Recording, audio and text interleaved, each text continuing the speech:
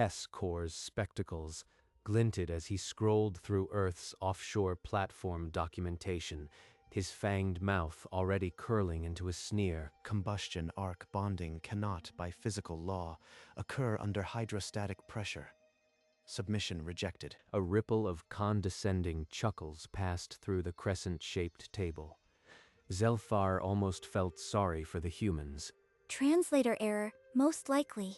Their primitive comms probably garbled the phrase. Half a galaxy away, Earth Control Operator Jenna Zhang read the rejection with a tightening jaw.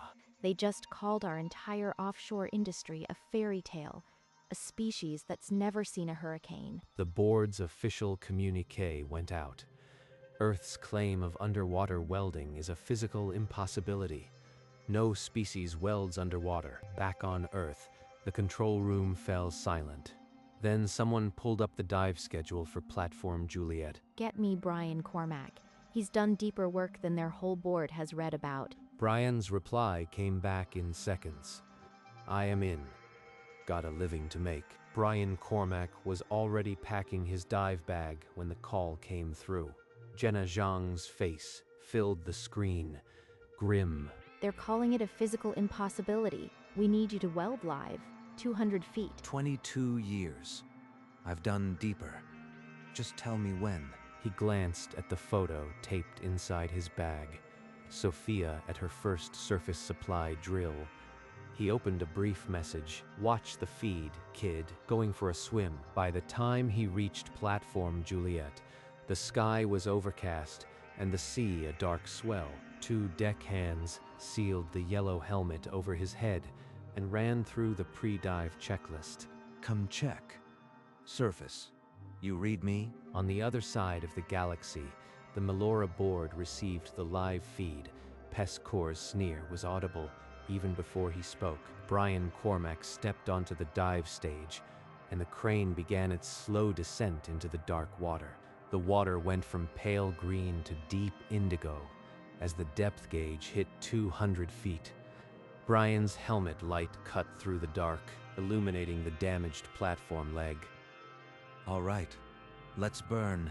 Stinger's hot. He pressed the electrode to the steel, and a brilliant white arc erupted, spitting sparks through the water like a trapped star. Fish scattered in a silver panic as the molten metal sizzled against the platform's leg. The boardroom fell dead silent as the live feed showed the impossible arc burning steady. Impossible. The arc should suffocate. It's basic wet welding. The flux creates a gas pocket that shields the arc. Burn hot enough, and water gets out of the way. He paused to check the bead, then glanced up at the surface camera with the weary patience of a man who'd done this 1,000 times. Yeah, it's hot. You get used to it. The Melora board stared in stunned silence, their physics textbooks suddenly obsolete. Could it be a simulation? Their holographic technology is primitive, but... In the Earth control room, Jenna Zhang rolled her eyes and keyed a command. We'll give you helmet cam, live depth reading, no tricks. The screen split, showing Brian's first-person view with data overlays. The arc burned steady at 200 feet. Got a nice bead going. Want a different angle. Pescor's voice sliced through the chatter. I demand a full arc spectrum analysis. The composition could be simulated. Jenna overlaid the thermal and spectral data directly onto the feed. The numbers were unambiguous. Pescor's hand trembled as he recalculated the equations. A data crystal slipped from his fingers and shattered on the floor. The board fell back into silence, but this time it was the silence of a failing argument. From Earth, Jenna transmitted a dense file. 6 decades of underwater welding certification records. 62,000 certified underwater welders on Earth, not counting those who learned on the job. In the Melora chamber, Zelthar read the data aloud, his earlier skepticism crumbling. This is not a fringe technique. They have training institutions, standardized methods, a whole profession. Brian kept the arc steady, his voice even over the hiss of the comms. I've been doing this since I was 22. Fixed a leg at 180 back in 42. Peskor's response was quick, laced with desperation. A recent human innovation. Unverified, untested. This could be a dangerous fluke. Nah, my old man taught me. Same way I taught some of these kids on the rig. Generations, not decades. A small fish bumped Brian's helmet. He nudged it aside. In the boardroom, only Peskor's labored breathing filled the silence. The feed had spread. A dozen alien science vessels tuned in, then 100. The wider galaxy was watching. Chairman, we have 6 million interstellar viewers. The Galactic Council has opened a formal observer channel. A message from Galactic Delegate Nira flashed onto Peskor's console. Explain the mismatch between your physics and their arc. We must terminate this feed immediately. It is causing diplomatic interference. Termination would violate the public transparency treaties you ratified last cycle. We're continuing. You got a problem with my welding? Or just with water? Peskor's biometric monitor flickered red. His heart rate had spiked dangerously. This body will not be undermined by a primitive species, and their Silently, Zelthar tapped a medical alert to the board's health drone. 1,000 light years away, the arc burned on, indifferent to the crumbling authority of a species that had never known salt water. Brian's helmet cam flickered for a few seconds. The video feed dissolved into static. a malfunction of their simulation. The feed is compromised. In Earth control, Jenna Zhang didn't even look up from her console. Power Bus 3 had a microsurge. Rerouting in 3 seconds. It's saltwater, not a holodeck. The arc reignited, brighter and steadier than before. Brian's voice came through with a low chuckle. Just a loose connection. Gotta love salt water. Happens all the time. In the boardroom, Zelthar turned to face the chairman directly. With respect, sir, this is not a simulation. We must accept the evidence. A low murmur of agreement rippled through the chamber.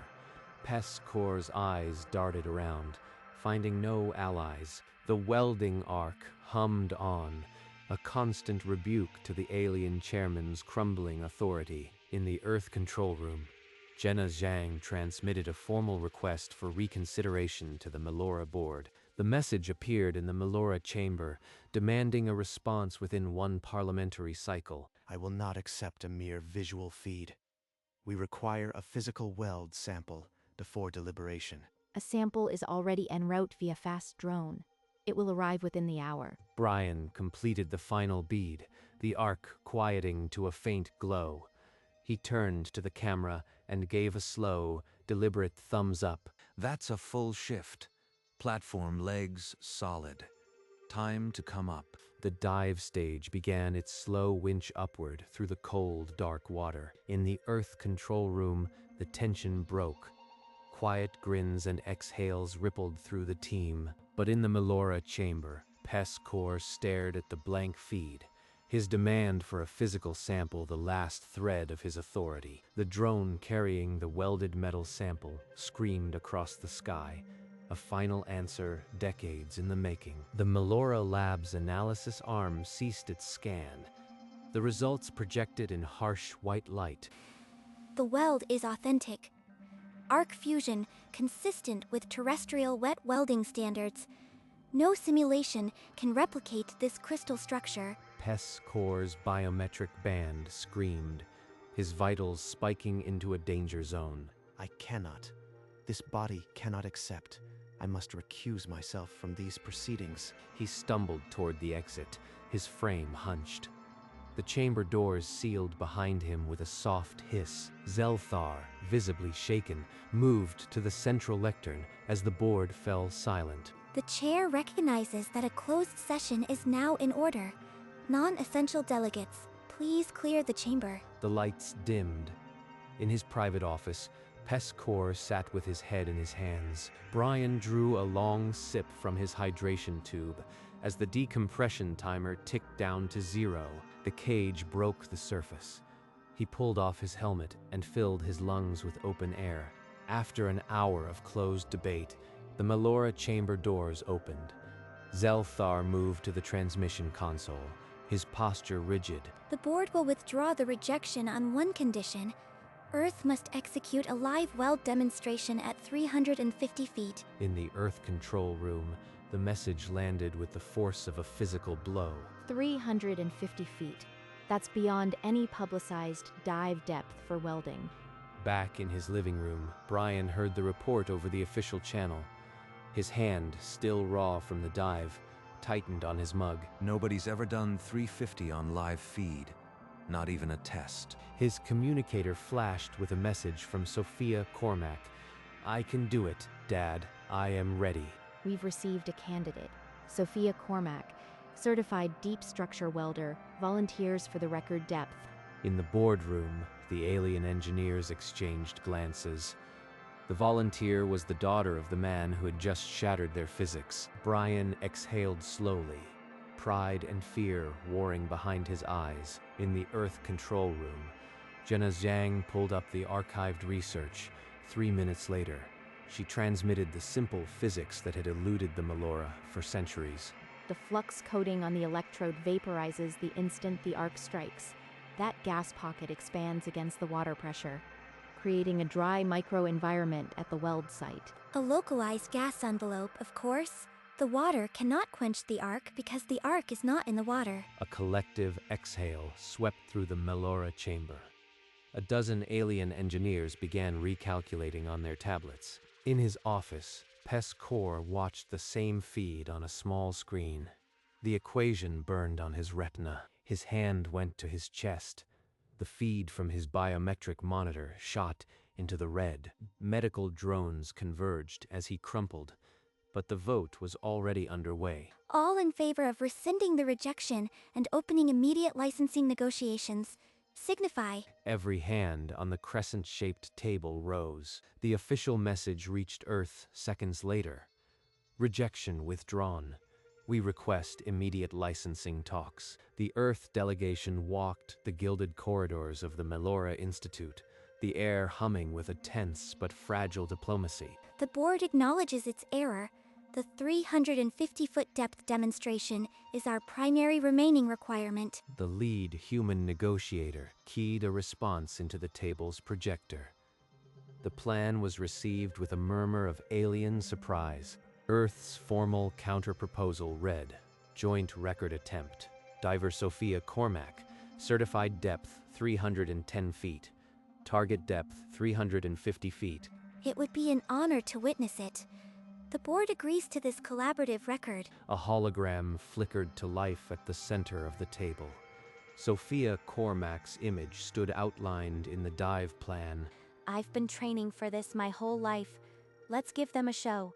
In the hall's shadowed gallery, a small monitor showed Brian Cormack, still in his living room, his face a mask of pride and dread. Sophia's image flickered as she uploaded her full training logs. Melissa engineers leaned forward, scanning every dive hour. Brian gave the slightest nod, unseen by anyone but the camera in his own quiet room. In the grand outer corridor, Pescor intercepted Delegate Nira, his bandaged chest betraying his recent collapse. Delegate Nira, I beg you, the human technique is unstable.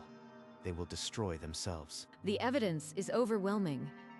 Your judgment is compromised. Within the hour, the board received formal notification of the encounter.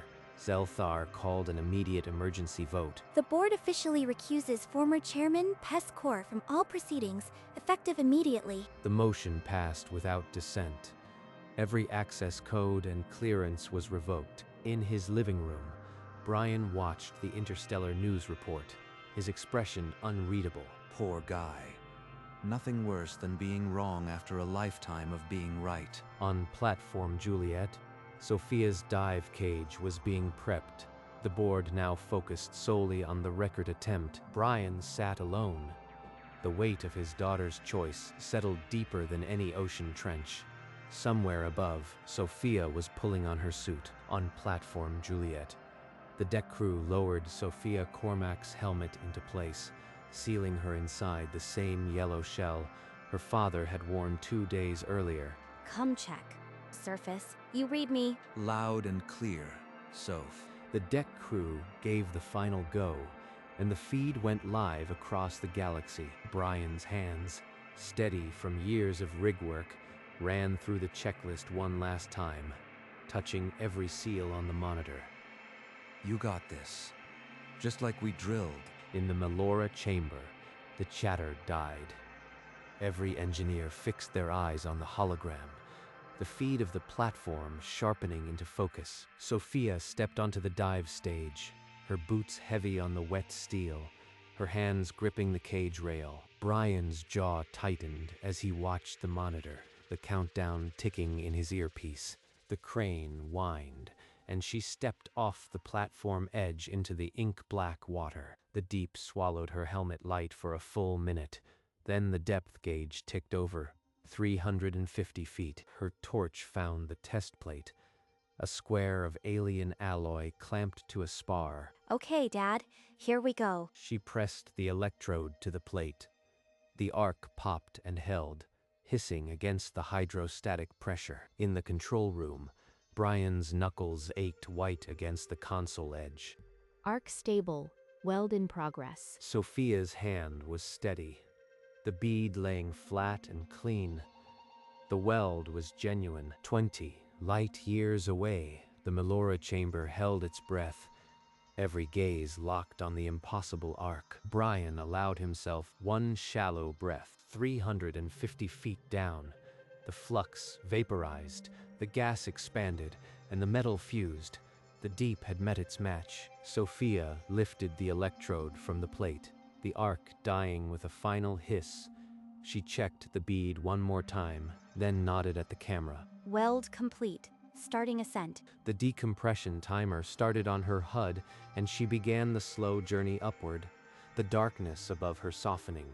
In the Melora chamber, the silence stretched until Zelthar's voice crackled over the audio feed. The Melora Engineering Board formally recognizes this weld at 350 feet as authentic and sufficient. A sound the chamber had never produced before echoed through the pillars' applause. The board members clapped, a human gesture adopted in sheer amazement. In the control room, Brian slumped back in his chair, his eyes glistening. He'd held his breath since she hit the water. That's my girl. Surface team, she's clear. Bring her home. Sophia broke the surface to the roar of the support crew, the dive stage dripping as they pulled her aboard. The grand treaty hall of the Melora Institute fell utterly silent. In the center, the finalized accord hovered in shimmering holographic light. Zelthar and the human ambassador placed their palms on the interface. The holographic treaty pulsed, and the seal of the Galactic Council fused the agreement. Humanity has taught us that impossible is merely unseen. Underwater welding will be the first of many gifts from your species. An aide gestured Brian and Sophia forward, the guests of honor. They're actually clapping for us, Dad. Platform work never made me feel this small. Galactic Delegate Nira stepped to the central podium, her robes sweeping the marble floor. Underwater welding is now the first registered human-exclusive trade in 5 systems. Within minutes, the declaration raced across interstellar news feeds. Human welders licensed for deep work on 12 worlds. In a shadowed gallery, Pescor watched the ceremony, his face hollow. Before the final signature, he turned and vanished into the dark corridor. 2 days after the grand ceremony, a Melora courier left a crystalline crate on Brian Cormac's doorstep. He lugged it inside, the weight heavy and unfamiliar. He cracked the seal, and a holoscroll unfurled in his living room, the seal of the Melora Institute blazing at its foot. The holographic proclamation read aloud. The Melora Engineering Board, in recognition of unparalleled skill, offers Brian Cormac the endowed chair of submerged methodology. Full salary, permanent tenure, complete staff, and laboratory facilities. Brian read it twice, his lips moving silently. Then he scratched his beard. Full salary, huh? His eyes drifted to the photo pinned above his workbench. Sophia grinning in her dive helmet, the one he'd taken on her first 100-foot dive, the remembered sound of her comms at 350 feet, steady as a heartbeat, filled the silence. He set the scroll aside, carefully on the workbench, next to a half-completed Welds sculpture. The metal still smelled of ozone. For a long moment, he just stood there, the offer glowing softly behind him. He hadn't said no, but he hadn't said yes. 3 days later, Brian Cormack sat at his kitchen table and recorded a short holo-message. He didn't rehearse. Appreciate the offer, really, but the pay's kinda lame compared to platform work. I am gonna pass. The message reached the Melora Institute at mid-morning. Zelthar was sipping a nutrient fluid when he opened the file. Brian's words hit his eardrums, and Zelthar choked, nutrient fluid spattering across his tablet. He refused. He refused a full-chaired professorship because the deep pays more. By that evening, the story had swept through the galactic news networks. The headline read, "Human welder chooses 200 feet over Ivory Tower." Within days, job listings for underwater welders appeared across 12 systems, with salaries that made the academic offer look like pocket change. Brian read the news on his tablet while welding a small sculpture in his shop. He allowed himself a quiet grin. The galaxy finally figured out what platform work is worth. The Galactic Diving Authority's hall was simple. A polished floor, a podium, and the new seal of Earth Melora cooperation embossed on the wall. Sophia walked forward, the faint impressions of the deep water still visible on her wrists. The officiant placed a crystalline plaque into her hands. The inscription shimmered in her grip. 350 feet, record depth welding, Sophia Cormack. For the Cormacks. In his workshop, Brian Cormack leaned toward the monitor, the live feed scattering blue light across his welding mask. He watched as his daughter's name was etched into history, the first human to hold this rating. The faces of 62,000 underwater welders who came before them seemed to look back from the screen. Never thought I'd see my own name on the news, let alone yours. He didn't say another word. The quiet hum of the workshop was enough. Sophia found Brian in his workshop, the aroma of ozone and burnt metal rising around him. She held the crystalline plaque out. Without a word, Brian took it, his calloused fingers tracing the engraved record depth. He had already cleared a space on the wall above his workbench. An empty wooden frame waited. He slid Sophia's plaque into the frame and sealed the backing with a steady press. Then he lifted it and hung it just above his own frayed certification from 30 years ago. The 2 generations of deep water hung side by side, a testimony the Melora board could never deny. Brian turned. Sophia's eyes were on the wall. For a long moment, neither spoke. The silence said more than any transmission from a distant star. Brian reached over and picked up his welding mask. The sculpture on the bench still needed finishing. Sophia stayed, just watching the arc ignite, as the wall behind them held the proof of everything they had done. Today, underwater welders are the highest-paid specialists on 12 worlds. Every one of them knows the name Brian Cormack. No species welds underwater, they said. Now 12 systems depend on it. And whenever an alien engineer questions what humans can do in water, someone sends them the clip of Brian at 200 feet, arc burning steady. They watch him pause, wave, and say, "You get used to it." The Melora board's rejection is now a footnote in galactic engineering history. The impossible became a trade, a tradition, a lineage from father to daughter. From Earth to the stars, the Cormack name became a byword for the impossible made routine. And in a quiet workshop on the Gulf Coast, the certificates still hang on the wall. The arc keeps burning.